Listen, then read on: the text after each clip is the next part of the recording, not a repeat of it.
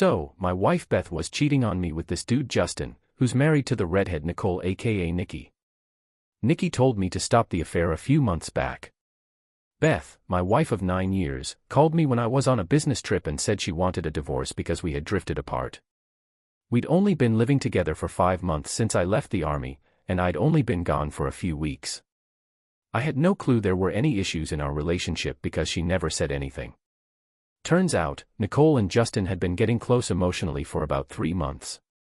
So, me and this other person were getting pretty cozy while I was out of town for work. Right before the redhead showed up, I had finally figured out what was going on, but I didn't have concrete proof yet. I was still trying to come up with a plan. My wife agreed to go to counseling before I found out about the affair, but she only went twice before she stopped. I think she wanted the counselor to help me come to terms with us splitting up. I think the real reason she went to counseling was to tell me she was done. Her family and friends, especially her parents, were a big deal to her. Their approval meant everything to her. The most important thing in her life was secretly dating another guy, using my money until she thought it was the right time for him to leave his wife and kid. In the meantime, she kept buying more shoes to stuff her closet. Beth and I were both taking care of Angie and Amy, our 2-year-old twins. When I got home from work, she was quick to hand over the girls to me. So, she'd hit up the gym or go for a run every day to stay fit and all, but then she'd sneak off to meet her loser lover on the down low. It totally bums me out, man. Whenever I'd try to talk about our issues or whatever, she'd get all defensive and start pointing fingers at me. And don't even get me started on how she'd whine about having to take care of the kids at home all the time. So I was at work and my girl had the nerve to say that she was just trying to make things work, but I was apparently using the kids against her. None of that made sense because she was out partying every night and pretty much the whole weekend. I was the one putting in more hours taking care of the kids during the week while also working full-time. Talking about divorce with a lawyer was rough. Cheating wasn't really a big deal in our area, but it could be used as a reason. Beth knew that the courts. Usually, the mom would get custody and a lot of child support, no matter what she did. She'd also get alimony, especially if there were young kids involved. This would let the ex-husband focus on being a good parent instead of rushing to find a job. Standing in the doorway was a tall redhead woman who, while not conventionally pretty, definitely caught your eye. She had a big nose, thin lips, and a serious look, but her cheeks were still soft from having a 6-month-old baby. Her slim body showed she had gained some weight recently. The cold rain messed up her skin, and as I held the door open for her, she started going off about my character. I stayed quiet though, knowing the neighbors shouldn't hear a lady express herself so strongly without a door between us. I was used to these situations, so I guided her to the dining room table and pulled out a chair for her. I sat down and waited patiently as she continued her rant. Then, she stormed out of the house, her anger turning into tears. So, she started crying really hard, eventually calming down to just sniffles. Her head was buried in her arms on the table, her once shiny copper hair now looking dull and lifeless. I waited a little longer until the sniffles stopped. "Are you done?" I asked quietly. She looked up, her face red and angry, sniffed twice but didn't say anything. So, I went on. "If I could, I would have done anything. I hate this just as much as you do." I explained how the law worked and how I was at a big disadvantage. I suggested she kick or flirt her way out of it, but she said she was still mad. I got it. She was all up in her feelings, but I just said, "Great plan," because I didn't want to end up in jail or sleeping on the streets instead of a house. We sat there in silence for a while before I got up to make some hot tea. The rain was freezing, and she looked like she was feeling it too because her tits were practically poking through her shirt and bra. I tried not to stare, even though she wasn't all that pretty. But damn, she had a nice rack. It had been a minute since I'd been this close to anyone. As she sipped her tea, she shivered and blurted out, "I didn't realize." I was freezing, so I didn't say anything, but she looked down at her chest and said, "Darn, not the best choice of words." She instinctively hugged herself, and I couldn't help but feel a bit annoyed. This was the closest I had been to getting cozy in 4 months. I offered to get her a sweater or something to keep her warm, just not one of those girly ones. She accepted one of my sweaters, put it on, and zipped it up. She started fidgeting, pulling her arms out of the sleeves after a few twists. Her shirt and tank top got all wet, so she let them slide down and then put her arms back in the sleeves. I grabbed her clothes and threw them in the dryer. Luckily, the show could go on. Her shoulders were bare now since the sweatshirt was thinner than her tank top. I handed her a towel for her hair. "Thanks," she said as she dried her hair. I couldn't help but notice her chest moving under the sweatshirt. It felt strange to be attracted to someone again. I had almost forgotten what that was like. I was really into this girl, so I couldn't help but watch her. When her hair dried, she finally stopped. "I can't stand them," she muttered, clearly annoyed. I totally agree. I never saw this coming. At that moment, I saw a hint of pain in her eyes that reflected my own. I can't compare to her, she's in amazing shape and looks stunning. I'm still getting used to my post-baby body. She wasn't super overweight, maybe like 10 pounds or so, but she was out of shape, just like me. But she was right in some ways. Beth was. Nikki is a total babe, blonde, blue-eyed, slim, and elegant. She's got it all. But even she needs something to hold on to. She stays fit by hitting the gym and going for runs, so she's not overweight. A glimmer of hope flickered inside her. What happens next? Who knows?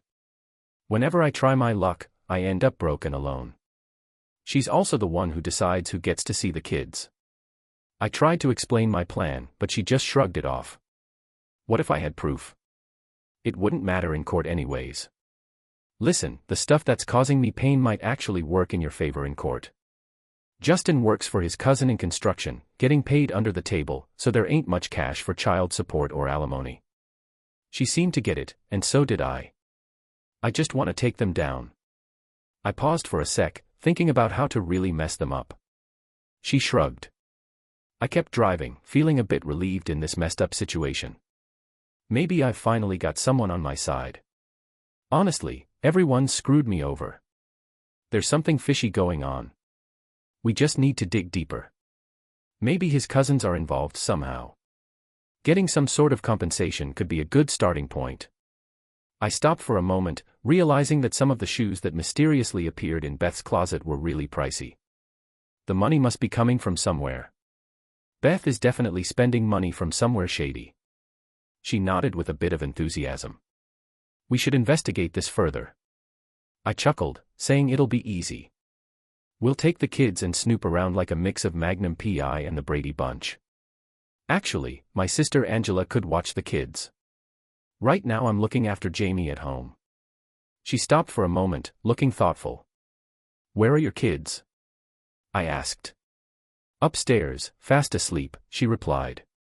She looked around the room, focused on the closed front door. Do you have any comfy pants? I'm still soaked, she said. I went back to the laundry, grabbed my comfy pants, and handed them to her. As she took off her shoes, I gestured towards the bathroom, but she ignored me and started unzipping her wet jeans. She took them off, panting, and stepped out of them. Then she gently dried herself. As she dried her legs and butt with the towel, it was clear she was inviting trouble. I could practically feel her nerves buzzing. I could tell she was taking a big risk and already felt rejected. She'd be freaked out if she ran into some guy who had a grudge and wanted payback for being denied intimacy for as long as I had turned her down. I felt frustrated, but mainly at my wife for putting me in this spot. Nikki then let out her feelings, saying, I can't believe Justin would pull this on me. I moved in closer and gently put my hand on her hip. She started shaking and couldn't speak, but she didn't push me away, so I put my other hand on her other hip. She muttered, I don't like you, but I hate him. Then she backed away from me. I softly stroked her hip with one hand and unzipped her sweater with the other, laying it on the floor beside us. Her chest felt amazing, just like I imagined. I moved my hand down to grab her butt, which wasn't as firm as Beth's and was softer and wider. After a while, Nikki finally started to enjoy my touch. Her skin was still cool from the rain, but as I gently kissed the side of her neck, she seemed to lean into me to warm up. I could feel her shiver as my fangs lightly brushed against her skin. Her legs almost gave out as I slipped my hand between them. She let out a quiet exhale, and the atmosphere was electric. She was more than ready when I softly touched her, causing her to take deep, shaky breaths. I turned her around and admired her body. Her sensitive areas were hard and responsive, making her grab onto my shoulders. I picked her up and plopped her on the dining room table, knowing I wanted to take advantage of the situation. I lifted her knees up and went down on her, enjoying the moment. She couldn't believe what was happening right in front of her eyes. As I gently touched her, I kept looking for something nearby to muffle her gasps. Every time she was about to climax, I backed off just enough for her to catch her breath before going at it harder. When I finally let her reach the peak, she felt like she had reached heaven. He was feeling all the happiness from the past few months all at once, so he stopped, got up, took off his shirt, and then his pants. She gasped and stared in shock, pulling her own underwear out of her mouth. She then dropped to her knees in front of me, locking eyes with me. She grabbed my hand firmly and said, "I still don't like you," before taking me into her mouth. It didn't take long, considering how long it had been for me, and she tried every trick she knew. I told her I was about to climax. Instead of backing off, she pulled me in as far as she could, holding my load in the back of her throat and swallowing it.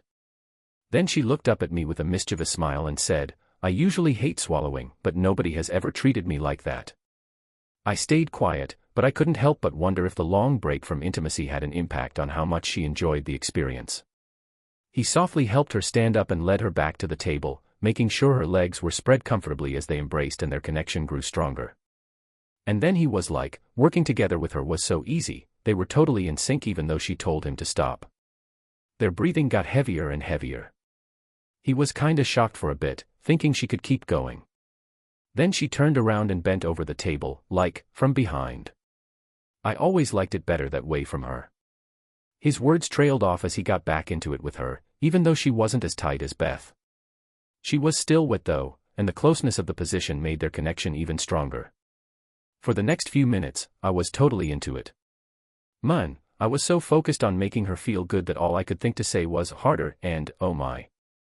She was really into the rough stuff, I could tell by how turned on she was getting. I could feel her getting more and more excited, like she was about to explode with energy. Without saying a word, I kept things going by gently slipping my finger in another spot. When I got all the way in, she screamed and grabbed her panties from the table, shoving them in her mouth and losing control. Carefully pulled my finger out of her other hole, wiped it on my shirt, then slowed down our pace. She took off her panties and gave me a sly look, like a real cheeky one. Her fake angry face turned into a playful grin. I almost pulled back, leaving just the tip in and teasing her as she tried to push back. "Got any ideas for more fun stuff to do?" I gently ran my hand along the edge of her thigh. "Oh no, you wouldn't dare do that to me. I hate it." She was talking and as she did, she was slowly moving back onto the tip. I leaned in a bit, and when the head hit her, it must have hurt because she was already biting her panties. I gently pushed into her, and she gave me an angry look over her shoulder, making me look for blades on the table next to her. She pushed back harder, even though Nikki clearly wasn't all there. She spat out her panties and yelled, "Bastard, if you're going to do this, just do it. Push it in, damn it." So I did, and it caused a... She let out a half-hearted cry and a strange, kind of crazy laugh. It took her a moment to calm down and get comfortable, but once she got going, we were able to find a good groove. She had some intense moments, each more exciting than the last. Finally, I couldn't hold back anymore and gave her a burst of energy deep inside her. After we finished, I handed her a towel and tossed her clothes in the dryer. We sat at the table for a bit longer, still naked, sipping on something. Okay, so this chick with messy red hair was giving me a sad look, like she knew what was up when she asked me to come in. I chuckled and said she'd have to take off her jeans first. She giggled like a weirdo, kinda creepy. I was worried she'd say no, but she didn't. I smiled big, feeling relieved. Who could resist that, right? I asked her, and she mentioned some guy Justin who didn't seem to have any issues. I think seeing the baby being born was a big moment for him.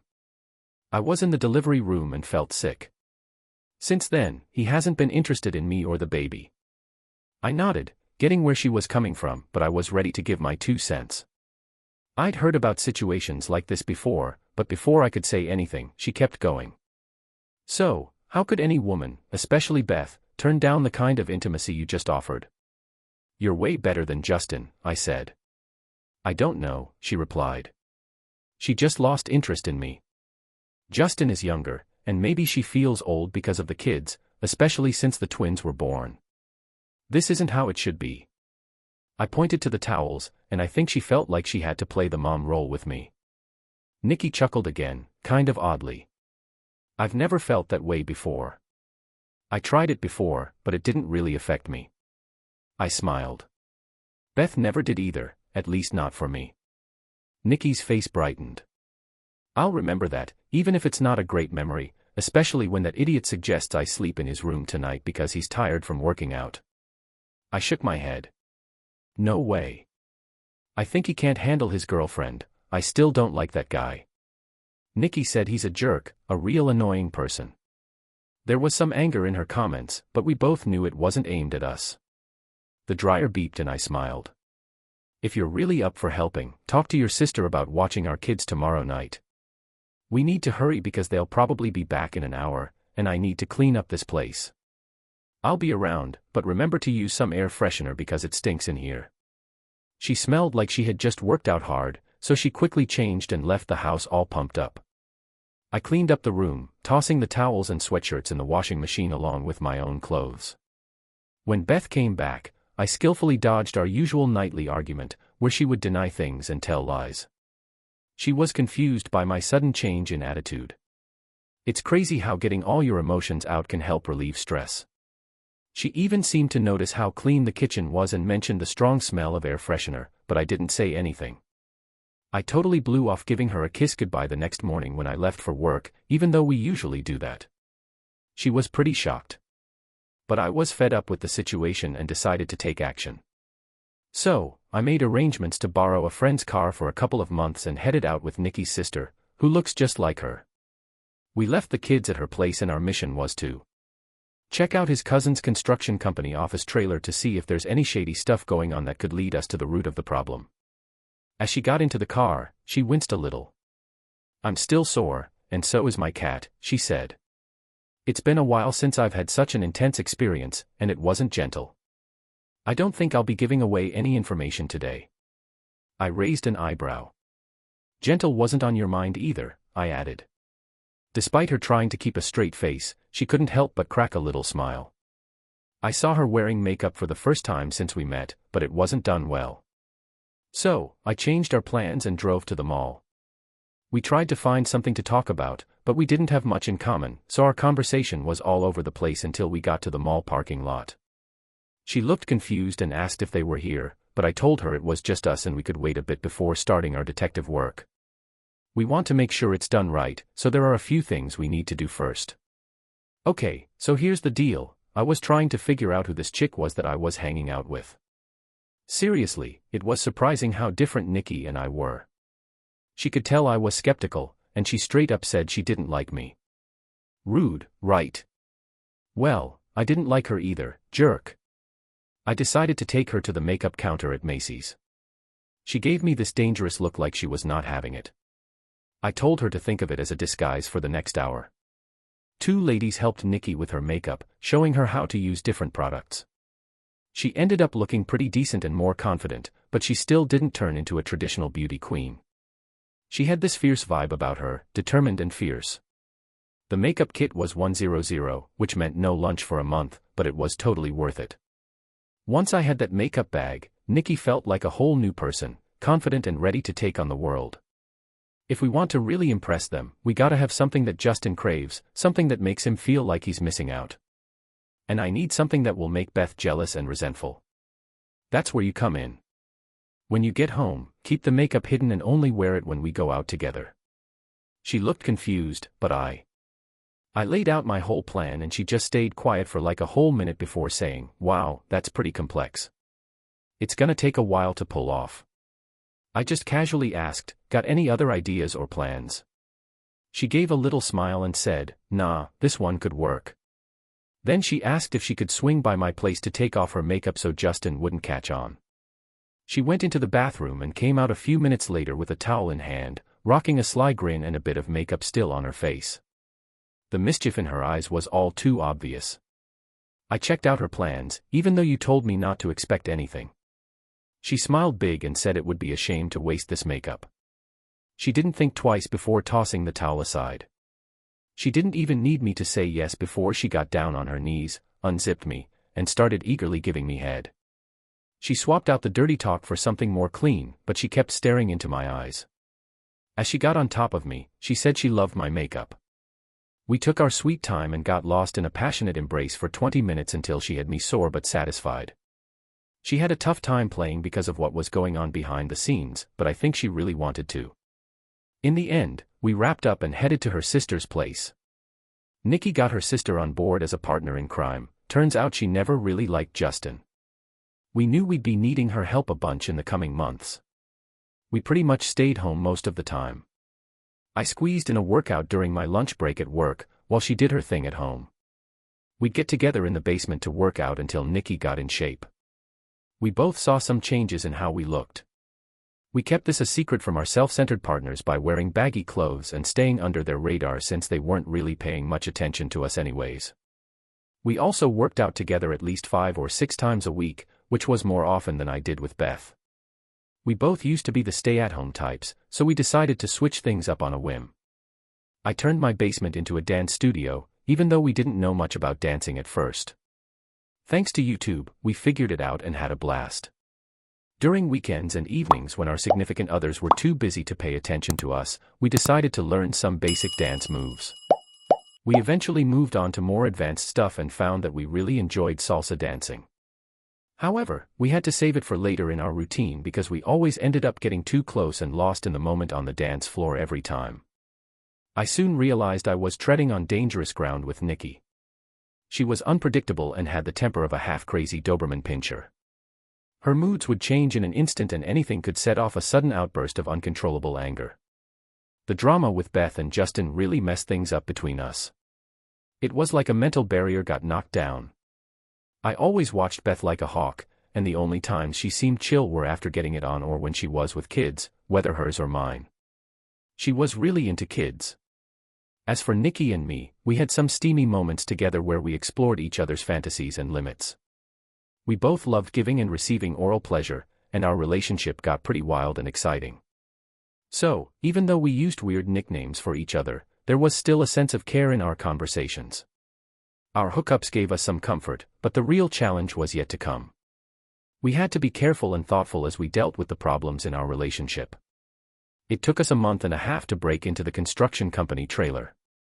Luckily, Justin had a key that he had left out, so we made a copy. Nikki went to the trailer during the day and recorded everything.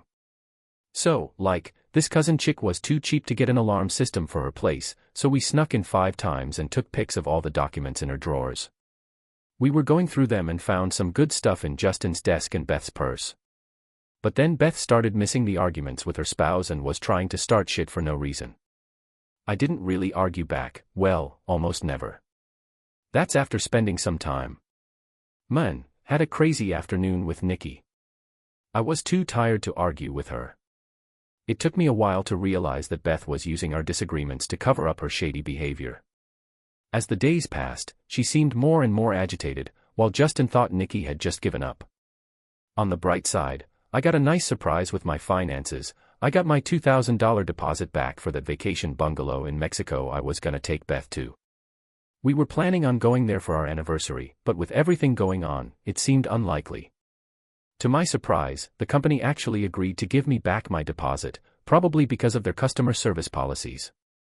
This extra cash came in handy when Beth started coming up with excuses to hang out with Justin. Nikki and I decided to start going to a dance club more often to practice our moves. It was fun, but there was always a bit of tension. Nikki's mood swings would sometimes stress me out, as she could go from happy to angry in no time. One night out of nowhere, we almost got into a sticky situation that taught us a lesson about keeping an eye out for trouble. After spending weeks working out and dancing with Nikki, she started giving off some serious sexy vibes. As a result, we had random people constantly trying to join our dance sessions. Nikki loved the attention, but also felt bad for the girlfriends who got left out. She tried to keep things friendly with other guys, especially the ones who were in relationships. So, there were some guys who got it all wrong and thought Nikki would dance with them like she did with me, all up close and personal. It was like we were about to hook up right there on the dance floor. We were at this tiny club in the middle of nowhere when this couple came up to us on the dance floor. I was dancing with this cute blonde cheerleader while this guy was trying to get his hands up Nikki's skirt. Nikki told him to back off twice, but he just wouldn't quit. I grabbed her hair as she went for him, and she yelled at him to stop. Her claws almost got his eye. As the little blonde left red marks on his face and an angry Nikki was held by her hair, I was ready for a disaster. The guy quickly backed off, wide-eyed. Nikki slowly turned back to me, wrapping her leg around my hips and pressing her body against mine. "Ouch, you pulled my hair, that hurts," she paused, then smiled. "You really know what I like, don't you?" She looked over at the girl standing nearby and winked at her. "You can do much better than that guy, you deserve better. He's not very nice, I quickly rushed outside at a fast pace because it seemed like a good idea with 3 guys in security t-shirts coming towards us. The parking lot was packed with cars but eerily empty of people. As we got closer, I saw Nikki's ex-boyfriend and 2 other guys getting out of a car. He started walking towards Nikki while his buddies came towards me. I didn't even realize I had given my name. Nikki smirked, saying, "Your boyfriend can watch as I take some of what's in your pocket." Nikki started walking slower, looking a bit nervous as he moved in to touch her. Her arms were up, but I could see the crazy look in her eyes as the biggest guy of the 3 got closer from behind. Instead of using her arms, Nikki suddenly bit him, leaving a painful mark on his face. He let out a scary scream of fear and pain. I quickly turned around, ready for a fight. I may not have been a pro fighter, but I've been in my fair share of scraps. I could see the fierce determination in Nikki's eyes, so I prepared myself for action. The big guy was expecting a fight, but he was caught off guard. So, my buddy let out a loud scream out of nowhere, catching him off guard. I then nailed him with a solid elbow to the face. He thought I was gonna throw a wild punch, so he ducked right into my elbow and broke his nose. He dropped to the ground. As the other guy tried to free Nikki from her noisy friend, I quickly stomped on the back of his leg just above the knee, making him kneel in pain. I took the opportunity to grab his head and forcefully pushed it back, making it smack against the pavement. There was a loud bang as Nikki's target stumbled over a curb and held his hand to his bleeding face. Nikki made a big mistake and spat out whatever was in her mouth, hopefully just some food, before kicking her heel into his chest. He screamed so loud that it felt like it went beyond human hearing. I pulled her back as she was about to stomp on his chest again. "Nikki, stop!" I yelled. She looked at me with a defiant expression but eventually stopped and smiled. Blood covered the lower half of her face and most of her white tank top. Her smile was eerie, full of blood. Okay, so picture this, we're reenacting a scene from one of those old-school Hammer Studios vampire flicks. She's leaning against a car, all up close to her victim, who's gasping for air. And then she's like, "Oh, come on, I'll let him go if you..." And then, out of nowhere, there's this crazy twist I never saw coming. I mean, I never thought this situation would get so intense. But then I open up my suitcase and start helping her out. Next thing you know, we're in this tight hug, and she's telling me to be more aggressive. She's all pumped up and sweating like crazy. We keep at it for a few minutes, which feels like forever, until we both reach our limit. So there I was, backing up and grabbing my bag when I saw 2 girls nearby totally shocked by what they just saw. Nikki, she took off her thong, wiped herself with it, and threw it at her target, saying, "There you go, that's what's in my undies." Then she noticed the hurt blonde girl and ran over to help. I wanted to grab her and get out of there, but I knew she'd just get mad. If we don't leave soon, we're both gonna be in trouble. By morning, she was standing over the frozen blonde girl. "Hey, be nice to Nikki, she hasn't done anything wrong." Nikki smirked at me, her face still looking pretty messed up. I could tell she wasn't in the wrong though. She hugged the blonde girl and gave her a sweet kiss. I was about to intervene, but then I saw the blonde kissing her back just as passionately. Nikki let her go gently, and the blonde looked at her like she was under a spell, her face covered in her boyfriend's blood. "Trust me, babe, you can do way better than him." The goth girl grabbed the blonde as her legs gave out, and Nikki took off her tank top to clean up the mess. We were in the car when a far-off ambulance zoomed past. I couldn't help but wonder where it was headed. I hoped our license plates weren't showing. I pulled into a rest area to give Nikki my shirt, but she wasn't ready to get dressed yet. So, I reclined the seat and let her undress me. We had a nice, intimate moment until she was satisfied. It took her a while to get there, and afterwards, my clothes were soaked with her sweat. After a few minutes of silence, Nikki said, "I'm not feeling right."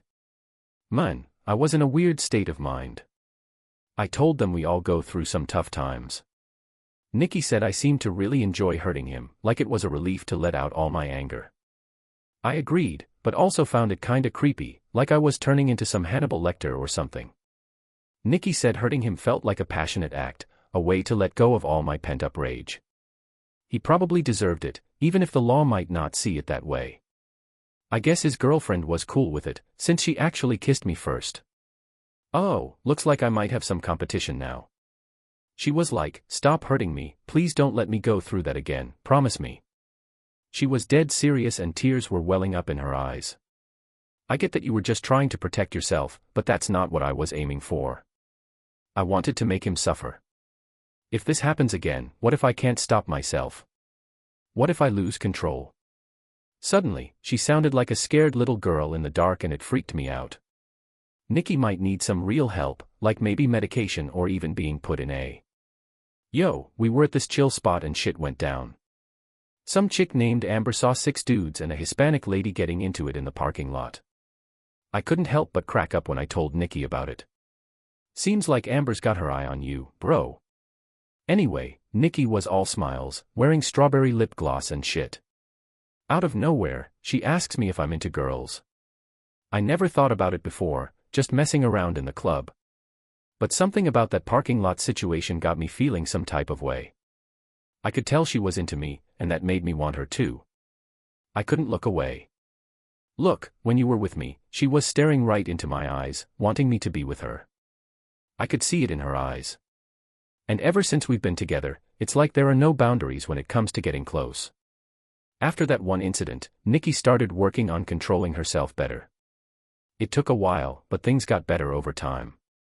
I could tell she was trying to keep her negative emotions in check when they came up, and sometimes she actually managed it. We still went out to clubs, but we kept it low-key. Nikki's sister couldn't babysit every night, and I didn't want to push it. I had to sacrifice a lot of time with my kids, so Nikki started coming over often. We would exercise after the kids were asleep, checking on them every so often until Nikki left. When we stood at the door checking on the kids, I would sometimes sneak a look at Nikki and notice a kindness in her eyes that wasn't there before. She would sometimes catch me looking and give me a sweet, soft half-smile. At that moment, her inner struggle seemed far away, and I had a feeling something was going to happen. Eventually, Beth caught me shirtless. And she saw that I had lost weight and gained some muscle, so she mentioned it. I said it was just stress, but she tried to turn it into an argument. I quickly changed my shirt and left the room before she could see the scratches Nikki left on my back and but the night before. I could tell she didn't believe my excuse. Beth's doubt pushed us to the next level. I told Nikki it was time for more Philip Marlowe content, and she just rolled her eyes, knowing I was teasing her. Few days later, instead of getting close, we decided to be ahead of the game. We had the car and a borrowed digital camera all set when Beth and Justin took off. We quietly trailed behind them, keeping our distance. It wasn't your usual tailing operation. Nikki was on it, collecting receipts and credit card bills to suss out their habits. Beth was cautious and suspicious, while Justin, thinking Nikki was an easy target, was careless and wild. Justin's family had a cute cabin by the coast, nestled in the woods. It was old and rundown, but they enjoyed their time there. On Fridays, instead of hitting the gym, we decided to park nearby and sneak up to the cabin with our cameras. There were no curtains on the windows, so we didn't have to worry about finding a good spot to spy from. When we got inside the cabin, we caught Justin's parents already naked and chilling on the bed. We quickly set up the camera and started filming. Beth was giving Justin some head, and I couldn't help but feel relieved to see that his size was pretty much the same as mine. We all have our own insecurities, you know. And just as Justin was getting closer. Once Beth finished, she suddenly pulled away, getting some of the semen on her face and hair. She seemed upset that he hadn't given her a heads up, but he just laughed it off. We kept taking pictures and videos in silence. Nikki hesitated to unbutton my jeans, so I asked her politely to stop. She looked confused and sad. I reassured her that everything was okay and she could keep going. She leaned in towards my waist, and I could feel her hands shaking. I tried to tell her to be patient and calm, but she was eager to continue. Come on, she said she'd stop once I was done, and I agreed, which was surprising considering how serious the situation was. I didn't need much time to reach my climax after she swallowed every last drop. Nikki leaned back with a satisfied grin, letting me take a few more pictures before we got back to it.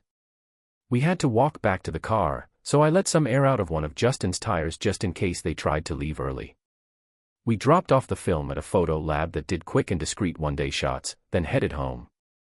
Beth showed up. Way later than usual, her clothes and hair all messed up. The next day a laughing Nikki told me that Justin had fixed the flat tire. On the way home, I ran over a nail which made for a bumpy drive in the rain. I had to go 4 miles out of my way to get some flat-fixing fluid from a gas station. Like they used to say in the army, payback is a bitch and its name is karma. We spent the next week talking about what we wanted to happen. Nikki surprised me, but I eventually agreed. We didn't speak for almost 3 weeks. Before we put our plan into action, Beth and Justin would always disappear all day on Saturdays. But Nikki and I had it all figured out. They'd hit the gym first, then head to the cabin for some alone time and a shower. After that, they'd hit up a nightclub to dance and party. That was their usual routine. We usually get home around 6 or 7 a.m. on Sundays, but this time was going to be different. As soon as they left, we left the kids with Nikki's sibling and started our mission. First, we went shopping. Nikki picked out a tight, deep emerald dress with a low neckline and a really short hem. The green color looked amazing with her hair. I wore a dark gray suit and a black t-shirt. Then, we went to a fancy hair salon and told them to go all out with our hair and makeup. Finally, we headed to a club. We walked in confidently, like we owned the place, even though the bouncer. Man, Nikki should have checked us out. She was looking amazing with her constant lunges giving her a killer body that could stop traffic, even without pants on. Instead, she was rocking a tiny dress that barely covered anything, and it was obvious she wasn't wearing any underwear. Her nipples were hard not because of the cold, but because of her near nudity. And when the light hit her just right, you could see the little heart she shaved into her pubic hair. A bouncer's gotta keep the crowd entertained, and we managed to get in without any problems. So, we showed our IDs and hit the dance floor, then headed over to the main event. I had a friend scope out where Justin and Beth were sitting at the club, and it just so happened to be the usual married affair table in the corner. After busting a few moves, we made our way over to their table. Nikki was totally owning it, hanging onto my arm. Beth was rocking a yellow dress, and Justin was looking sharp in a blue suit. I'd be lying if I said Nikki outshined Beth. She looked tan and gorgeous, but Nikki was still stunning in her own way. She was so fancy and classy, giving off a confident vibe of charm that caught everyone's attention. I pulled out a chair for Nikki at their table and sat down myself. Beth and Justin looked like they were in shock. I pretended to be surprised. Most gyms aren't all that nice. Justin's face got serious as he stared at Nikki. What about the dress you bought? I interrupted in a strong tone. Yes, I did. I put the stack of cabin photos on the table. They were the most inappropriate ones I could find. Man, most of the pics I took were pretty decent, cause the people in M were looking good. But then I went through M all and picked out the absolute worst ones. They looked all sad, awkward, and dirty. I ended up getting back some of my deposit for that Mexican bungalow I was gonna surprise Beth with for our anniversary, cause that ain't gonna happen now. I figured I'd use that money to buy something practical instead. Beth's face fell when she realized there was more cash than she thought. More stuff than she thought was there. Justin looked at the pictures and suddenly felt a sense of danger. He went quiet. Beth's face went pale as a ghost. So, how long have we been working together, like 4 months or something? How did you find out everything? We didn't even try to hide it.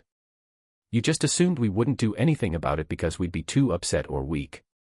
Justin tried to regain control and scoffed, so, have you two fallen for each other? Nikki grinned and said, I don't even like him, he's a total jerk. And she's such a pain, I don't like her at all. Nikki's smile got bigger, her face playful but determined. The whole thing was amazing, like using that energy for something powerful and life-changing. She looked at Beth and then at Justin, her eyes full of determination. Sometimes getting rejected can lead to finding new passions and exploring new things. She replied softly, shifting her gaze between the two of them. Beth seemed. Damn, she was shocked when she heard that. But we can't let that hold us back, we gotta keep pushing forward and do things our way. I chuckled, but it wasn't really funny. You were waiting for that person to be ready, and I was stuck watching the kids while you were out. I had to make do with what little resources I had. People have been coming to my office for ages with bad news. It wasn't just some small cheating scandal, it turned into a big public mess. We didn't need to watch you like a hawk, it was like trying to track a damn hurricane. When things started getting crazy on my social media page, Nikki gave my leg a little squeeze. She was surprisingly calm and took control of the situation. It's obvious that the divorces are happening because of cheating. It won't mess with the money, but let's keep it real. It's better to be honest and it might give us some peace of mind. My new hobby will be making sure everyone in the world sees the pictures and knows exactly how your marriages fell apart. Family, friends, and even your boss, I'll track them all down. Hey, so I saw the Sunday school teacher give Justin a quick look. Oh, and just so you know, I'll be crashing at my sister's place with Jamie for a while. After calming down, I finally confronted both of you about stealing money from the construction company's materials account. It took a while to catch on, but when Nikki noticed you guys spending way too much, we figured out where the money was going. Nikki and I have enough evidence to prove it. There are tax issues, wire fraud, and even postal fraud involved. If Justin's cousin is cool with it, you're in deep trouble. You could be looking at 5 to 10 years in the slammer for Justin, and a few years in jail yourself as an accomplice, Beth. Beth's eyes got big as she tried to explain herself, saying she didn't know and thought it was his cash she was depositing into an account to hide it from his divorce. I cut in, saying yeah, you were just holding it for a friend. How often does this kind of thing happen in court? Plus, that money is now part of our divorce case. If my name had been on that account, I would have been screwed. I figured out you were trying to trick me and that would have been a disaster. Beth and Justin looked scared and I could tell they thought about it but decided not to. Nikki and I came up with a different idea which I then suggested to you. You only have one chance for a better future. Justin decides to make a change and quits his job to travel to the mountains at least 400 miles away. He only takes the essentials like his car, clothes, football trophies, and yearbook. That's all he needs, nothing more. Yo, Nikki is dropping that one extra item and bouncing. She knows she ain't getting much in the divorce because Justin made some shady deal with his cousin. We ain't snitching to the cops or his fam, but if his cousin figures it out on his own and does something, that's on them. I suggest you use the rest of the money to buy stuff that might make the cops come looking for you. Beth gave me a look, so I'm filing for divorce and getting primary custody without any child support or alimony. If you cheat, it's because you're cool with it or you'll end up in jail. I'll just take all our stuff. Write down what you want, but keep it brief. You can keep your clothes and stuff. Nikki tried to help by offering your stuff, but it wasn't my thing. I stopped wearing underwear around him so you can keep yours. Beth tried to stay calm, but I gave Nikki a fake angry look and kept going. Get a job and move in with your parents or whoever you're with now. You can still see me. Spending time with the kids ain't gonna stop, you know. You used to be a good mom. I won't snitch on you to your folks about what went down. I made sure to lock eyes with them to make sure they were paying attention. This deal's only good until midnight tomorrow. If Justin doesn't get his act together by then, we'll have to reach out to his cousin and the cops. The offer only stands if you both say yes. Nikki subtly leaned in, showing off her boobs to get Beth's attention. You two are up to something. Wow, we were totally right when we said we have nothing in common. Couldn't agree on a movie if our lives depended on it, can't stand each other's music, and if he even talks about his hobbies, she practically falls asleep. She's a shallow, overly emotional drama queen whose voice grates on my nerves like nails on a chalkboard. I swear, Nikki was giving Justin the eye like a snake about to strike. Instead of trying to help each other out, we just ended up pushing each other's buttons and... Hey, we used to try new things. When we had dinner together, it was just to recharge and keep on learning and growing. She glanced at Beth and said, I can't believe you ditched him for that guy. I'm serious. If you think I'm joking, come hang out with us sometime and see for yourself. It might make things more interesting. But it would be pretty weird to see me getting close to your husband, so give me a call if you want to meet up. I checked my watch and cut in, hey, don't forget about our agreement. Sorry, but we gotta go right now so I can pick up the kids. I got up and left.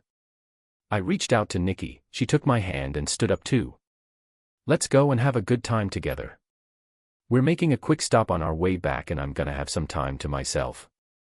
That lady was pretty tough, but she wasn't lying or exaggerating. We got to a hotel and she was full of energy. It seems like confronting Justin and Beth had really stirred up her emotions. She was so excited that she couldn't wait to speak her mind. She quickly took off her dress and entered the room wearing only high heels. I was inspired by her, so I followed suit.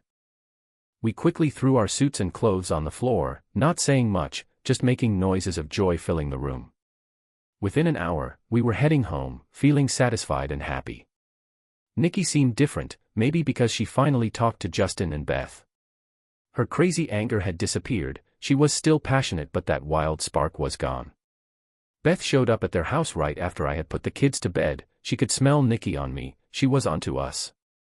My nose would know if an air freshener was used to hide their secret. We need to chat, Beth said when she came into the house. I sat in the cozy chair, knowing we had to have a serious conversation. Beth hesitated, can we go back a few months? I raised my hand to interrupt her, that person can't ruin what we have. She gave me a dirty look, which was unusual for her. I calmly told her, the only person who messed up our marriage is right in front of me. I made it clear that she might not fully understand the situation. Beth, you got a better deal than Justin because Nikki really fought for you. She went to bat for you, tried to make it seem like Justice was the bad guy in this situation. It was hard for her because she has some strong feelings against you, but she stuck it out. She feels like she's to blame for our mess, like she caused this disaster. I'm not totally sold on that idea, but I went along with it because she begged me to. I had to take a minute to calm down before I exploded. Hey, if that dirty money account was under my name or if those twins' DNA tests came back different, we wouldn't even be having this conversation. They're building a factory on 5th Street and I've got a key to the site. You and your buddy would have vanished. Nikki could have begged all she wanted, but it wouldn't have mattered.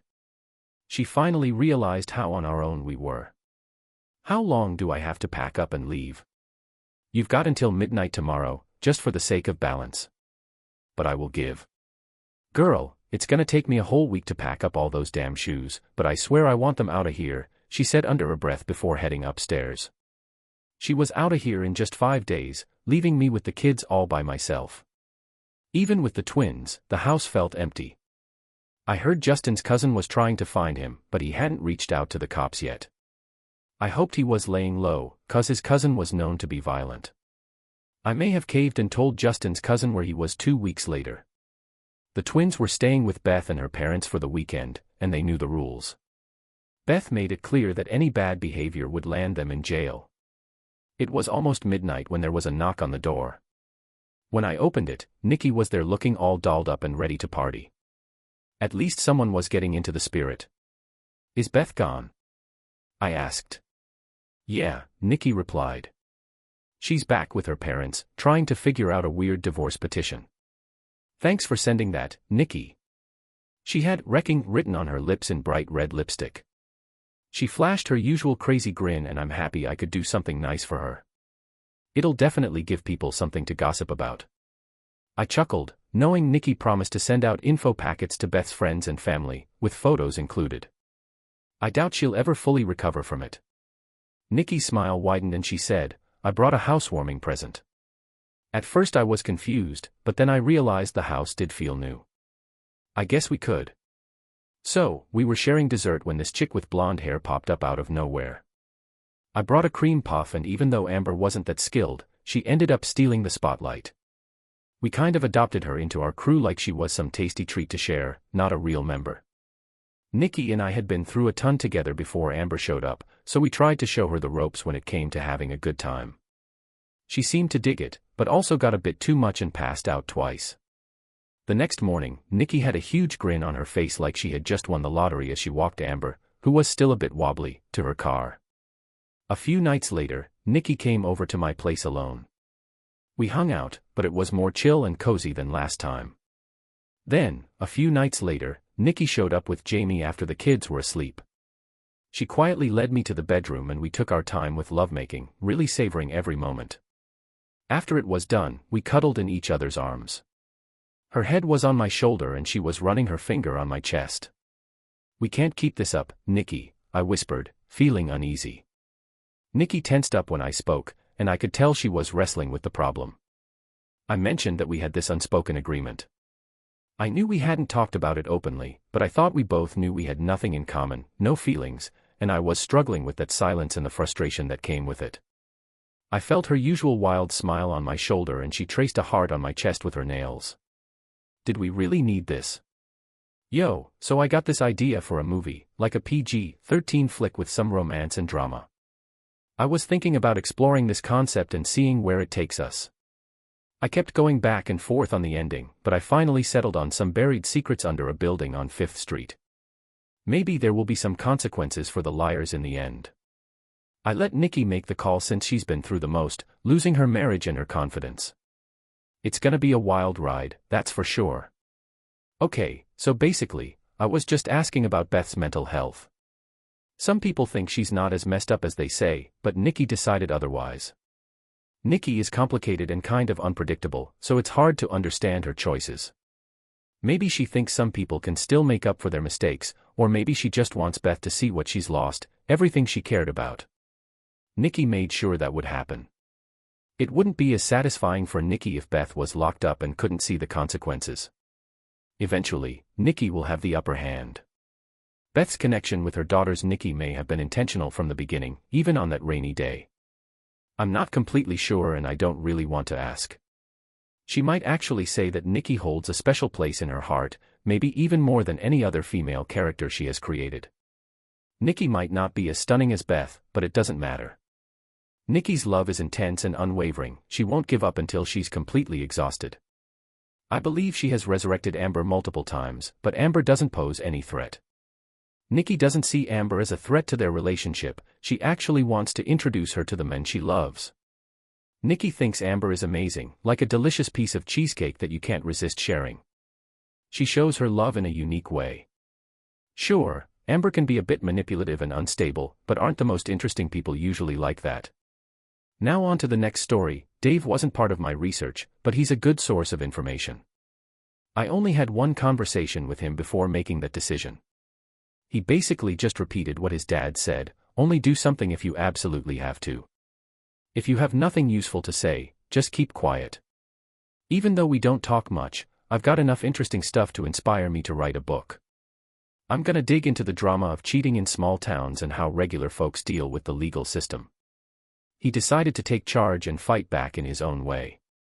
And it's important to mention that Dave is not much of a talker, you know. I got most of the info from his wife, who spilled everything gladly in exchange for a couple grand to help with legal stuff. Dave, his wife, and their 3 kids lived in a small town with like 25,000 people. Their daughter Sarah is 15, Mike is 14, and Pete is 10. Dave is a tech guy and his wife works for the big company in their little town. The boss lady, a real shady character, runs the biggest car dealership in town and is rumored to be thinking about running for mayor when the current one steps down. Even though there's no real competition since all the other candidates mysteriously dropped out of the race, everyone knows this scoundrel's reputation. The local newspaper is gonna be all over the upcoming election. Honestly, I never cared about Dave and his wife's story until now. And get this, the newspaper owner drives around with a car that has the dealership sticker on the back window. I work for a big newspaper in the state capital, even though I'm not that interested. But I couldn't help getting involved in Dave's problems, maybe because I went through bullying in school too. But enough of that, let's get into the story. She was lying on the bed, buried in the pillow, trying to find peace. Acting like everything was okay was hard for her, especially since she's not the best actress. Feeling Donnie's weight on her, she couldn't help but think about how things had changed since then. At the start of their relationship, there was a real spark in the forbidden excitement of their passion. But the lack of romance and feeling guilty started to weigh on her, making her long for the happiness she used to have. Danny was a good lover and had all the necessary skills, but it just wasn't cutting it anymore. Sneaking off for an hour in a rundown motel wasn't satisfying her. When she first started seeing Danny 7 months ago, she thought he would be charming and charismatic, but he ended up being almost exactly like her husband, Dave. That's where things stand now. At first, she thought the affair was all fresh and thrilling, but after a while, the physical part got boring and uninteresting. She knew things would get better with time. Danny was on his way up in his career, and she was ready to stand by him no matter what. She was excited for the fancy dinners and steamy nights she craved, even though she didn't love Danny. She was just glad she didn't love her husband Dave either. She was sure she'd grow to love Danny eventually. Even though he really loved her, there were 3 big problems with her master plan. First off, she felt guilty about it. Her super religious parents would freak out if they found out about her and Dave, or what she was planning to do next. And she was dreading the inevitable showdown with her husband, even though she didn't have any romantic feelings for him. She respected his hustle and how he provided for their family, but it bugged her that he never quite met her standards. Even though the big talk was still a year off, she was already stressing about it. Typical drama, man. He was dead set on staying married to his cold wife until he became mayor, which only made her more miserable. They could only see each other quickly at hotels, instead of having any intimate nights together. She felt trapped and just wanted to live in the moment, but that didn't make her feel any better emotionally. When their spark died out, she felt guilty. Danny pulled away and started getting dressed, like they always did. She waited for him to shower before leaving at least an hour later to avoid running into each other. "Hey Danny, I'm all ready to go. Before I leave, let me give you a kiss goodbye." Danny whispered, "Check if anyone we know is around." Danny looked out the window and saw a man sitting on the hood of Danny's car. He saw me open the curtain and stared right at me. "What the heck is this?" Danny asked. I quickly got out of bed and opened the curtain to get a better look. "Oh no, that's Dave," Annie exclaimed in a panic. "Your husband?" He asked. "How did he even know you were here?" "I'm not ready for this conversation yet, Danny. This could mess up our plans," Annie said, sounding panicked. "In what way? What can he really do?" Danny replied, being cheeky. "No lawyer in town will take his divorce case. I'll talk to them later today." "But he could go to the press," she suggested. Danny chuckled, saying, "In this city? Unlikely. They're too smart to publish anything bad about me. They know I'm gonna run this city for the next decade, or until I decide to go into politics. Who cares about politics? They might actually help us out." "You always say we don't spend enough time together," Danny said. "Now he realizes that everything can change," she added. "So what's he gonna do? Just look at him, he's way shorter and lighter than me," Danny laughed. "He can tell your wife," he suggested. "Yeah, that makes sense. I don't want that old bag getting in the way before we're ready," Danny said. Danny replied, "I'll talk to him," and then knelt down to kiss her before leaving. She opened the door and peeked through the curtains to see what was going on. He felt really embarrassed when he saw her husband staring at him. She quickly looked away, but then couldn't resist peeking again when she heard Danny raising his voice. She saw a sad sight, Danny comforting Dave in her car. They locked eyes once more and she quickly ran into the bathroom. She stood in the shower until the water turned cold, but she still couldn't shake off the feeling. She was feeling guilty as she was getting dressed and about to look out the window again, but Danny's call interrupted her thoughts. "How long has it been since your husband left? What happened after your fight?" he asked. "I haven't checked since you left," she said. Prompted by Danny, she quickly peeked out from behind the cracked curtain. "Damn, is he still there?" she mumbled. Danny, surprised by the failure of his usual bullying tactics, realized he needed to come up with a new strategy. Like many other criminals, he relied too much on just one approach. Annie asked what the hell I had told him before. I had just spilled the beans about life to him and he pointed out the health risks of getting in her way and how pointless his efforts to intervene were. Danny freaked out and was like, "What the heck do I do now? I can't leave while he's still here." I reassured her, "Chill, Annie. Everything will be fine. It's gonna get dark soon, just stay put and I'll have a couple of my guys handle him." True to my word, an hour later, he was taken care of. Annie heard a knock at her door and saw Frank and Rick, 2 of Danny's guys, dragging Dave inside. Dave's legs gave out and he opened the door for them. She quickly looked away, feeling uneasy under their gaze. When she looked back, Rick was holding Dave while Frank looked ready to hit him. Dave got himself together and stared back at them with fear. Annie bolted, feeling overwhelmed and determined to grab something before heading home to feed her family. When she got back home, she decided to ring her husband. Is there a chance that Danny's crew won't hurt him? Dave's phone went straight to voicemail, making her feel a mix of excitement and fear. After laying out the stuff on the table, she kept trying to reach her husband. A couple hours later, a lady's voice answered the call, telling her Dave was in critical condition at the hospital. She sat frozen for hours, ignoring all incoming calls. Her folks were supposed to pick up the kids who were watching her children. When Annie and her grandparents got out of the car, she felt a knot in her stomach. They walked into the room and her mom was the first to speak. She asked Annie why she didn't tell them that Dave was in the hospital. Their number was in his contacts, and when a nurse called, he couldn't even talk properly. There was silence in the room and everyone's eyes were on Annie. Finally, her dad spoke up. He said maybe she didn't know, but her lack of urgency or interest in Dave's condition showed that it wasn't a surprise to her. Annie slumped into a chair, not wanting to face anyone's gaze. Man, she was feeling so embarrassed and ashamed, it was like a ton of bricks on her shoulders. She felt like everyone could see it written all over her face. So, with a heavy heart, she just went to her room while she could hear her parents cooking dinner for the kids. Her mom kept trying to get her to come out, but she just couldn't do it. Finally, when the house got quiet, she mustered up the courage and came out of hiding. As soon as she walked into the room, the kids stopped talking. "Hey, have y'all eaten dinner yet?" she asked, the words hanging in the air. The kids stayed quiet, staring at her with confusion and worry. Sarah, her daughter, finally spoke up, "Do you know how Dad got hurt?" Shaking her head, she replied, "I didn't know he was in the hospital." There was a moment of silence, and everyone, except maybe little Pete, could tell Annie was hiding something. Then, Pete's wail broke the silence, and Annie's mom hurried over to comfort him, asking, "What's wrong?" "Babe," she was like, so upset watching Dad in so much pain. "He's got broken ribs, a busted nose, and 2 black eyes." Annie was scared, couldn't believe what happened to him. Mike finally broke the awkward silence and asked Mom why she hurt Dad. Mom snapped back, saying he didn't do anything to her. But deep down, she knew she was lying to herself. She couldn't deny that she was the one who hurt Dave. Feeling all guilty and ashamed, she just sent the kids off to her folks' place to crash for the night. Then she decided to drown her sorrows in booze and ended up passing out on the couch.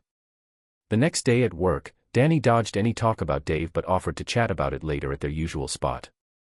Confused and torn by conflicting feelings, they both reluctantly agreed to meet up. But as soon as they got there, you could cut the tension with a knife. She knew she had to own up to her actions and face the music for hurting the guy she cared about.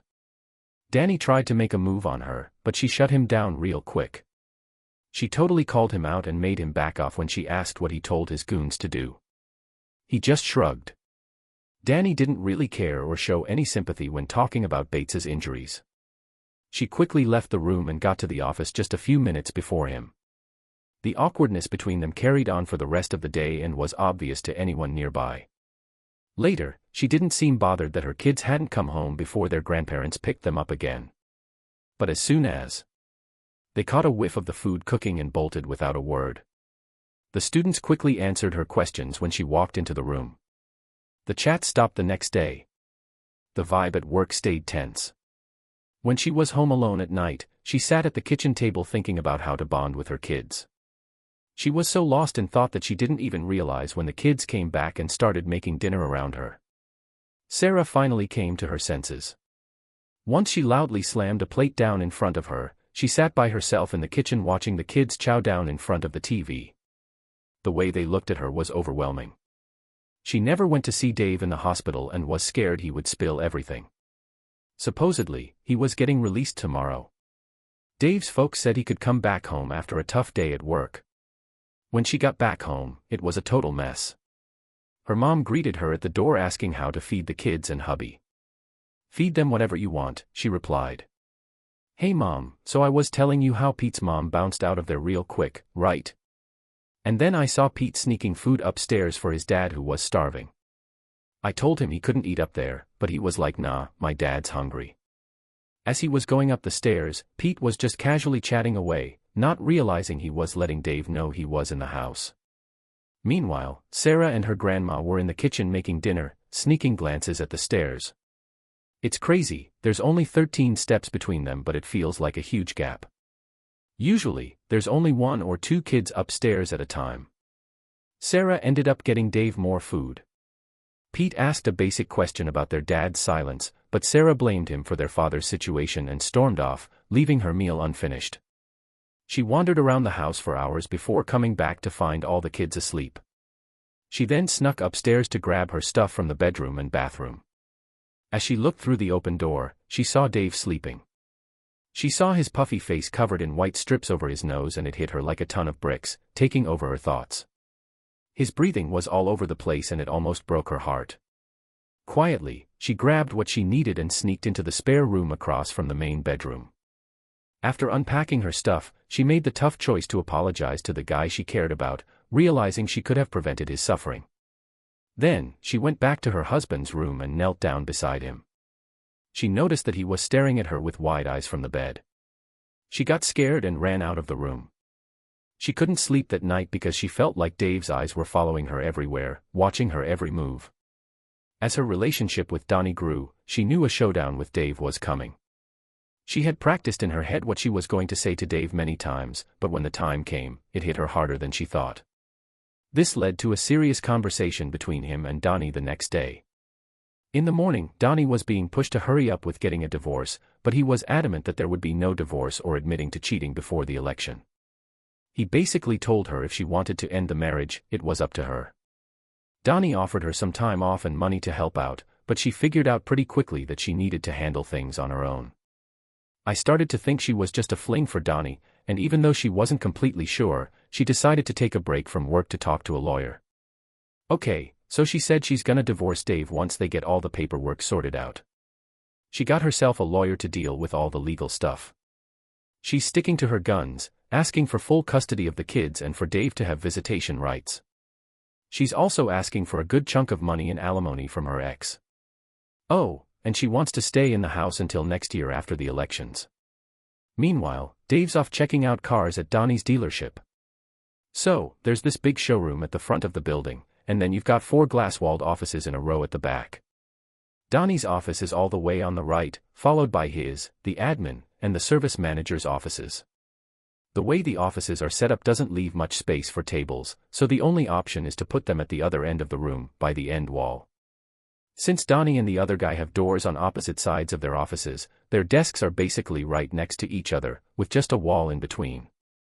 Since she was so busy typing away, a worker at the service center didn't even notice when Dave walked into the dealership. But Dave didn't let that bother him. He casually walked in and leaned against the reception desk, gazing out the window. One of the secretaries quickly realized he was the coach of her old high school softball team and also knew he was Anne's husband, even though he had never been to the office before. She tried to strike up a conversation with him, but he just stared off into space, not really paying attention as she kept talking. The receptionist was unsure if he was checking her out or Donnie. Her colleague at the front desk quietly came over and told her that Babe had arrived. She turned to look in his direction and could tell by his expression that Dave was totally focused on her. She quickly looked away, but could still feel his eyes on her. Trying to ignore him, she adjusted the blinds so he couldn't see her. Eventually, she cautiously peeked through the slats and saw some other women at the reception area. Whispering to each other, Dave was staring out the window with a calm smile, hiding the bruises and bandages on his face. His intense gaze seemed to see right through the blinds, making her worried as she saw the anger building up in his eyes. Donnie sighed and grabbed the phone to call 911. When the cops showed up, Dave turned and left feeling relieved yet shocked by the encounter. Donnie went back to the phone. He's already gone inside. Are you okay? I took a deep breath. I'm all right thanks to you, but I'm not sure. I don't know what I'd do without you, Donnie. Dave grinned. I'd do anything for you and keep you safe, you know that. Dave had barely left the building when his phone rang. He took it out of his pocket and saw Donnie's name on the screen. Donnie whispered quietly, thinking only the person he was talking to could hear him. Listen, we have a link to your wife, get over it. Unfortunately, Donnie underestimated how loud his voice was, and both secretaries overheard his rude comment while they were looking. Donnie peeped through the blinds in his office and saw both women looking his way. Feeling confident, he walked out of the office and was shocked to see Dave on the dealership's doorstep once again. I heard some commotion in the hallway, so I opened the blinds and saw a disturbing sight. Frank was dragging Dave towards the exit, and Dave couldn't stop staring at her. She couldn't help but think she was the reason for all this. Why couldn't he just leave? She let him go and then it hit her. All those conversations with Dave were just in her head. But when he caught her with Donnie at the motel, he was shocked to find out that their marriage was in trouble, even though she didn't seem to care. He really felt for Dave. She bolted out the door of the office, and when she emerged, Donnie greeted her with a comforting smile. "No, Donnie, not like that," she begged. "Let me handle it." He nodded, signaling for her to go back inside. Reluctantly, she closed the blinds and cried. Donnie decided to let her be. Cancel his afternoon meetings and stayed in the office while clients kept showing up all day, making a line at the reception area. A bunch of small groups formed and then broke up quickly. She tried not to think too much about the strange shit that went down at 1 o'clock in the afternoon when 2 cops came and talked to the bosses. Donnie definitely noticed. They were sent to his office twice. The blinds were closed and they bounced 15 minutes later. The thought of going home had her feeling uneasy before she left. Asked if she could move into the motel the company rented, the same one she and Donnie used to chill in before the kids got home from school. She quickly packed her stuff, left a note for Dave and the kids, and Donnie helped her unpack her room around 6:30 p.m. that day. Her mom called and before she picked up, she thought about how often Dave would try to make her family turn against her. "Where are you now? Why aren't you home taking care of your kids?" her mom asked. "I'm not coming home today," I replied. "He's back in the hospital and I'll be there for at least a week," her mom said bitterly. "What for?" "I'll be back home as soon as I can," I said, pushing Donnie aside. "What have you done to him this time, you stubborn fool?" Donnie threatened. She changed. She rushed home and made a pit stop at a cafe on the way. As soon as she walked in the front door, she saw all 3 kids bawling in the living room with their parents trying to calm them down. Her mom pulled her into the kitchen and demanded to know what happened. She couldn't believe she left the kids by themselves while her partner was in the ICU. She saw her mom's nostrils flare with anger. "What's going on?" Her mom snapped at her, saying it was none of her business. "And Dave and I were just going through a tough time." Our eyes met for a moment before Mom spoke. "I noticed that you weren't surprised to hear that Dave was in the hospital. This confirms what the kids were talking about. You knew Dave was in ICU but quickly tried to deny it, saying she had no clue Dave was in the hospital." Lynn's mom finally broke the silence, asking if you ever wonder what your lover did to your husband. You stared at the floor and stayed silent. "Don't you worry about your husband, honey. I'll fill you in on all the details. The docs are worried his cheekbone might be messed up and his skull could be cracked. They're pretty sure one of his ribs got shoved into his chest. And let me tell you, he got stabbed in the chest, leaving a nasty wound. The paramedic told me they found him in an alley close to where you work. What did he do to deserve getting attacked like that?" She just couldn't hold back the tears anymore. She suddenly got up and ran upstairs to her room, where she cried into her pillow, completely overwhelmed by her emotions. She had no clue how long she had been like this until her mom knocked on the door and told her they needed to take her dad home. His blood pressure was acting up again due to stress, and he almost passed out when he stood up. Her mom said, "Okay, Mom, I'll walk you out." She walked her mom to the door, and when she came back downstairs, her dad was already gone. He shot her a look, but didn't say anything. The kids went to bed, and she started stressing about how to handle the mess. The only option seemed to be to keep moving forward. The next morning, breakfast was peaceful. When she got to work, she found out that Danny would be home all day needing some reassurance. She reached out to Danny right away and asked him to meet her at the motel that evening to talk about what's next. She wrote to her mom asking her to watch the kids after school and make dinner because she had important stuff to do. Her mom thought it was a good idea. Danny met up with her after work to make sure their plan was going smoothly. The cops didn't bring up Dave's second attack or the fact that he was speeding. Danny had handled everything. She could have dodged all of this by going after them when her husband was being taken away, but instead she let Danny have his way with her. Up until 9 p.m., she took a shower and headed home. When she got there around 10 p.m., she was surprised to find all 3 kids still up and eagerly waiting for her. "Why are you still awake?" she asked. Her mom explained that she let them stay up because they were excited to hear about their dad. When she asked if she saw him that evening, her mom said no. "What were you doing? How could you not go see your husband in the hospital?" her mom yelled, clearly shocked and disappointed. "It seems like you want me to babysit for you while you go see your men on the side and Dave is stuck in the hospital. You're having a good time," the mother added. "I forgot Dave was in the hospital and just replied absent-mindedly." The mother quickly grabbed her coat and headed to the door, then turned around to deliver the final blow. "You hate me. I'm embarrassed to even call you my daughter. Don't ever ask me to watch your kids again. Only then can you go beg forgiveness from your husband," she said coldly. She hadn't really gotten to know Dave well, but based on how things were going, others said that he might have been ready to forgive everything if she had just given up on her goals. But, sadly, she didn't. She later told me that she thought the pain she caused back then would make rejection irrelevant. When his mother called from work the next day, she was expecting an apology. Instead, she was shocked and asked, "How could you be so heartless?" Her mother, confused, asked, "What are you talking about, Mom?" Her mother replied, "Your partner has been released from the ICU. How could you not know? His wife didn't even bother to visit him." "Nope. I was too busy to make time. I was ready for the divorce. He just got the divorce papers today," and let out a sigh. "Who are you? What did you do to my daughter?" Her mother couldn't believe it. She was so wrapped up in her own pain that she forgot the divorce process had already started. The lawyer followed her orders and gave the paperwork to Dave as soon as it was ready. Acting on instinct, she wanted to get to the bottom of her current discomfort as soon as possible. "Hey Mom, can you babysit tonight so I can chat with Dave?" I asked, but she said no. "And is Dad at the hospital with your husband?" The mom snapped back saying he had a heart attack today and will get a catheter tomorrow. She rushed home to meet the kids after school, but they were nowhere to be found when the bus arrived. Calls to their phones were ignored, which was worrying. 2 hours later, a message came through asking us to pick them up. As they were leaving the hospital, she gave them a hard time for stressing too much. The kids just stayed quiet and stared out the car window. Meanwhile, I was in my office trying to come up with my next story.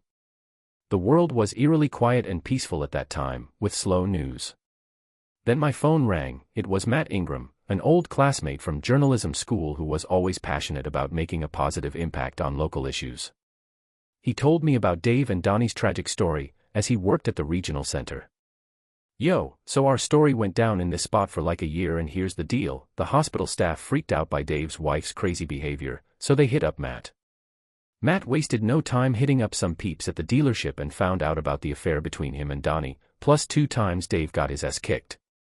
Even though no one straight up said it, the image of Dave getting carried out of the dealership by Donnie's crew spoke volumes. 3 people saw it loud and clear that even though Matt tried to talk to Dave, he stayed quiet. When he called the cops to ask about the investigation, they said it hadn't even started yet. When he tried to publish his article, the editor said no because the city doesn't allow bad stories about Donnie. Matt was bummed out and told me the whole saga. I mentioned it to my editor and lo and behold, Matt got an offer from our newspaper 2 days later. So, I packed up my stuff and went to Hicksville for a new job because he said the next week was gonna be rough with her social life. The kids, Sean and Michael, were really struggling with their mom not being around to take care of them. She had to pick them up from the hospital every night. Danny was always at work during the day, so she was feeling pretty lonely. The only time they could hang out was one night when he snuck into her house after the kids had gone to bed. It was the first time they'd had alone time in a while.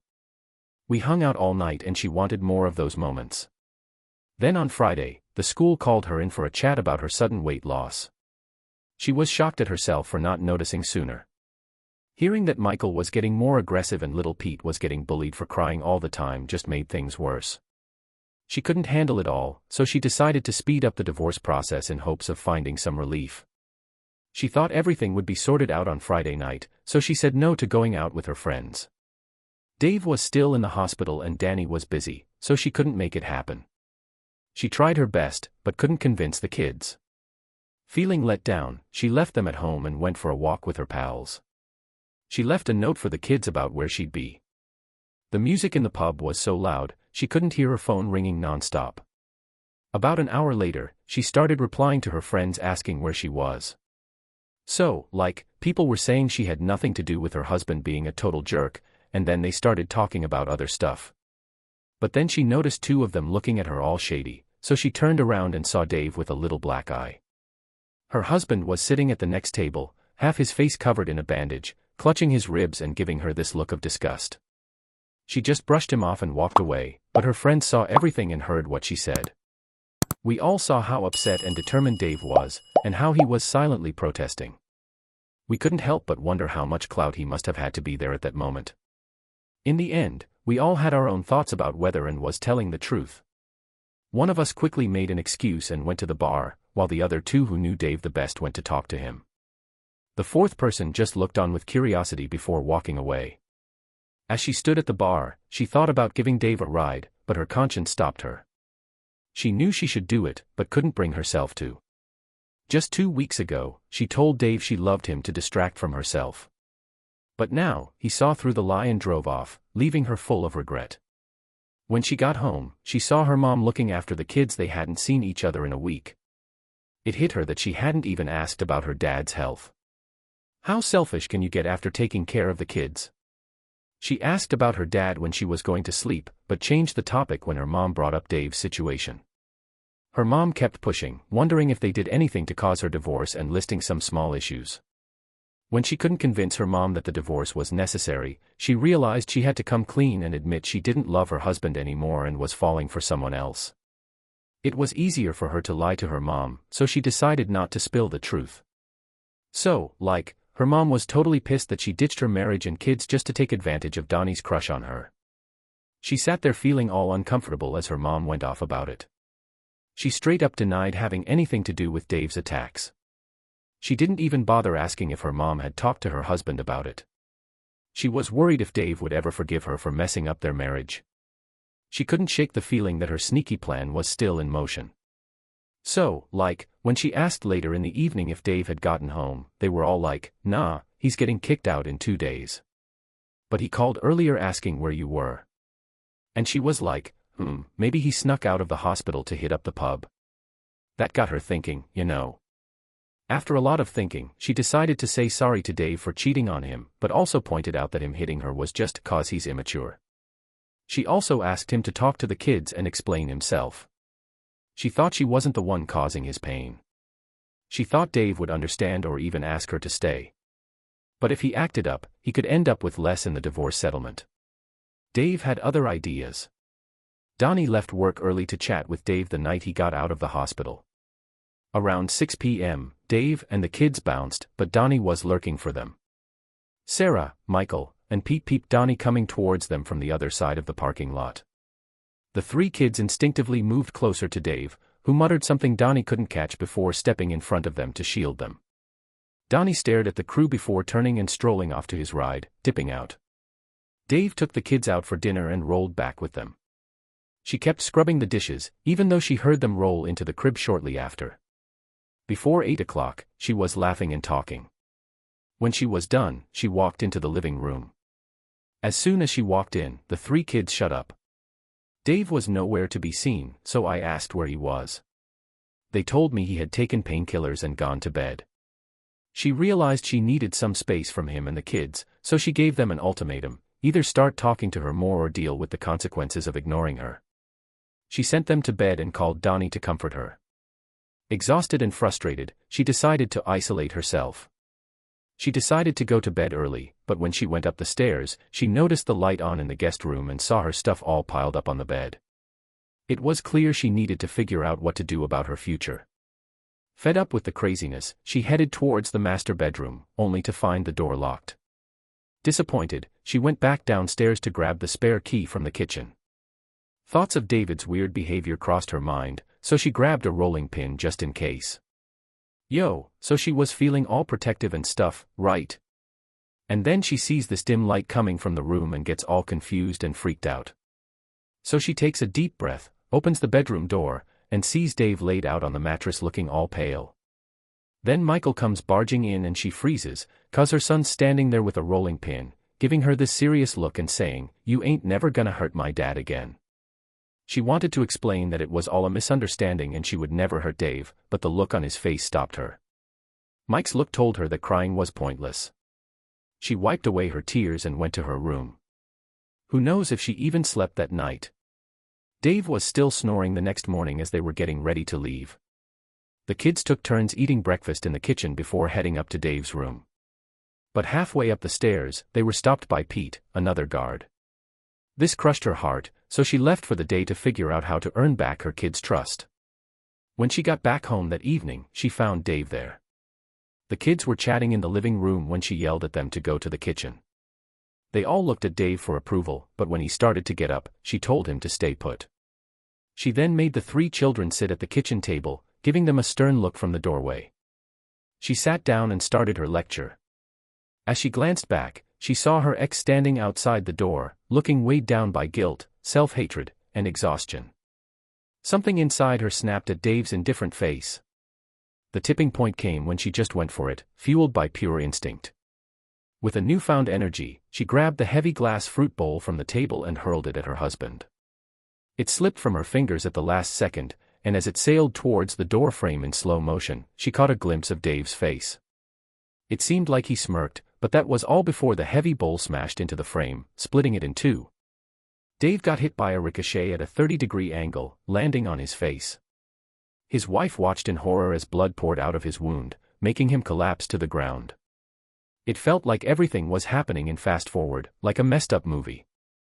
The kids, who had been quiet in shock, started screaming at the same time. Mike was the first to move, running over to his dad and shielding him. He grabbed a towel, folded it up, and rushed to Dave, who was still bleeding. She saw Mike coming towards her husband, trying to stop the bleeding with a towel.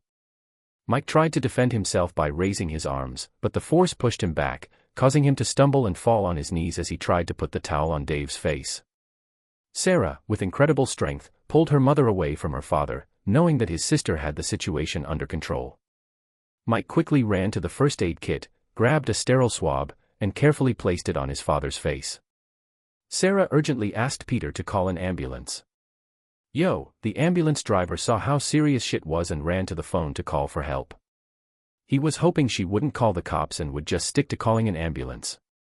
When Sarah heard Mike freaking out, she ran upstairs and realized they got it all wrong and thought she was trying to use the phone. Sarah tried to run past her to stop her, but little Pete got in the way. He grabbed him by the shins trying to stop her, but ended up falling hard when she couldn't move her legs. She was lying there screaming uncontrollably, shoved Pete's hands away, stood up, and ran. For the first time in my life, I saw such pure terror. One of her hands was covered in blood as she ran to her car. I had just arrived for an interview when I saw the situation unfolding. Without hesitation, I decided to help Dave with his injuries. The ambulance and police arrived soon after. After Dave got taken to the hospital, the cops started grilling him.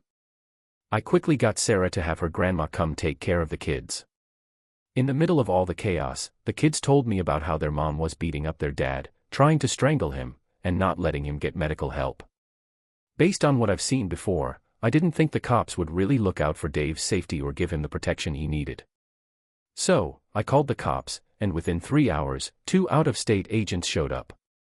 These guys are like a special team of cops who travel around, knowing that local police might be biased. They came to the city and chased the suspects for a while, but couldn't catch them. I saw the kids telling their side of the story to the cops before they took Sarah, Mike, and Pete to their dad. The only message I got from him was when he dropped them off at the hospital and didn't know where to go next. So, I was heading to the hotel when Danny went looking for a safe place to crash.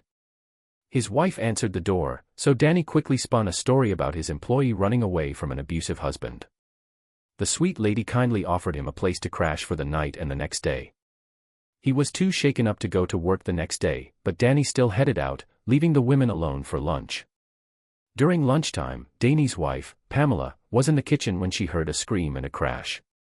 Scared, she ran into the living room and found a strange man with a bandaged face standing outside. She passed out when she saw her husband standing at the gate. Pam was waiting for him to wake up so she could ask him what had happened. The American was talking nonsense, but Pam could tell he was worried about his friend's safety. Pam quickly called the police to kick the abusive husband out of the yard. She also asked Donnie to help. Donnie arrived before the cops and went into the house to take control of the situation and handle it. So, Dave caused some trouble and the cops showed up. They called Pam to ask where Dave was, and in a moment of confusion she accidentally admitted she was there too. So, she got arrested out of nowhere. Turns out, she was taken to jail to prevent her from talking to her husband. It's all a big mess of deceit and betrayal between them. Donnie went to talk to his lawyer to try and handle the situation. And then Pam called to say there was some weirdo watching their house. He got home quick and came up with a plan while he was out. He figured he should wait until it got dark to divert Pam's attention. He kept her busy all day while I was down at the cop shop, listening to the radio for updates on what went down that morning and trying to figure out what charges might be coming. The cops weren't giving away any info, no matter how hard I tried. I couldn't track down Dave no matter how long I looked. After hours of searching, I went back to the hotel and started writing up the report while keeping an ear on the police radio. So, I was flipping through channels and that's when I saw Dave. Apparently, someone called the cops on him to kick him off their property. I got the message and headed straight to Downey's place. I got there just in time to see the cops watching Dave drive off. Knowing Dave and his knack for getting into trouble, I decided to tail him. I kept a close watch on him as he pulled into his driveway and got out of his car. While I was watching, two shady figures came out from behind the trees and snuck up on him. One of them raised their hand. I hit Dave in the back of the head with something, then quickly started my car and turned on the headlights to see better. I grabbed my camera and took a bunch of pics of the attackers before they ran off down the street, leaving Dave knocked out on the ground. I called an ambulance and the cops right away, knowing poor Dave would end up in the hospital for the 4th time in just 2 weeks. It was a messed up situation, and I couldn't help but wonder why they would do something so cruel to a guy like Dave. I knew Dave was in trouble when I saw what was happening. It wasn't just a fight, it was really bad. I talked to the cops and gave them my photos as proof. Dave stayed in the hospital for another night getting checked for a concussion. The next day, I had to go to court and got charged with assault causing serious harm. The cops even hinted that they could add a life-threatening charge, but Dave got released. So, Downey paid her bail and then drove her to a motel. He gave her a bunch of cash and told her to ditch her phone because he was sure Dave was trailing her. Downey also warned her to steer clear of Dave, saying he'd steer clear of him outside of work, especially if there was some snoopy reporter around. She was shocked that Downey was all she had left from her old life, and couldn't believe everything fell apart because of Dave. When asked how he could treat her so badly if he loved her, Downey's attitude was just. She realized right away that she was just a fling to him, not someone he actually gave a damn about. It hit her hard to know she was just a problem for him, something he needed to get rid of. Donnie's harsh words made it clear that if she dared to stand up to him, things would only get worse. And then he just left her to deal with the mess he made. As Donnie hurried through his important business, he couldn't shake the thought of how he had ruined her life. She thought she had lost everything and no amount of booze or anything else could make her feel better. It was a wake-up call to how much control he had over her, the mess he had caused without a second thought.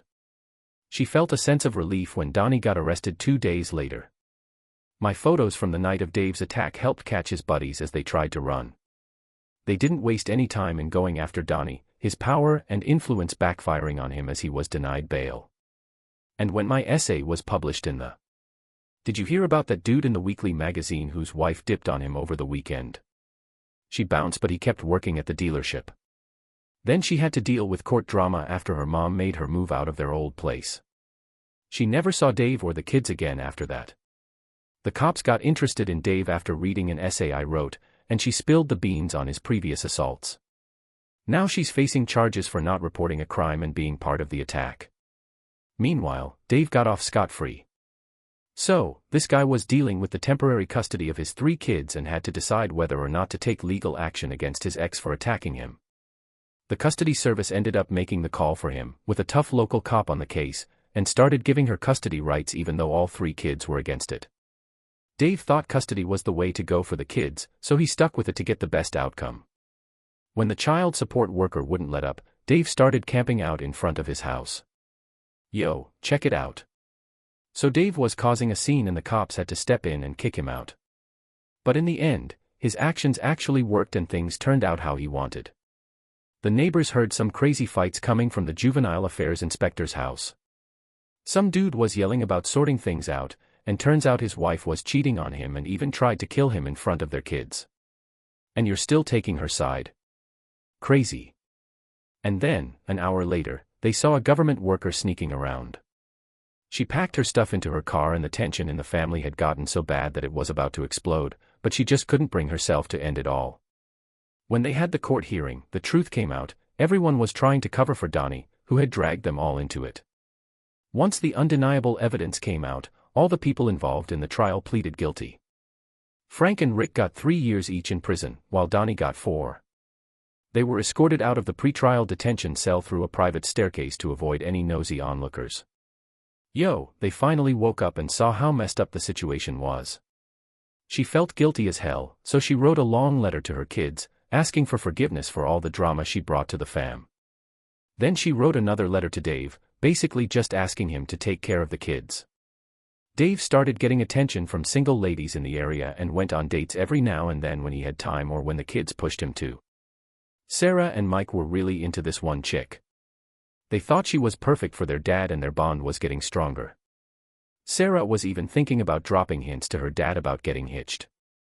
Meanwhile, Donnie found himself locked up in a tiny cell with 3 other dudes.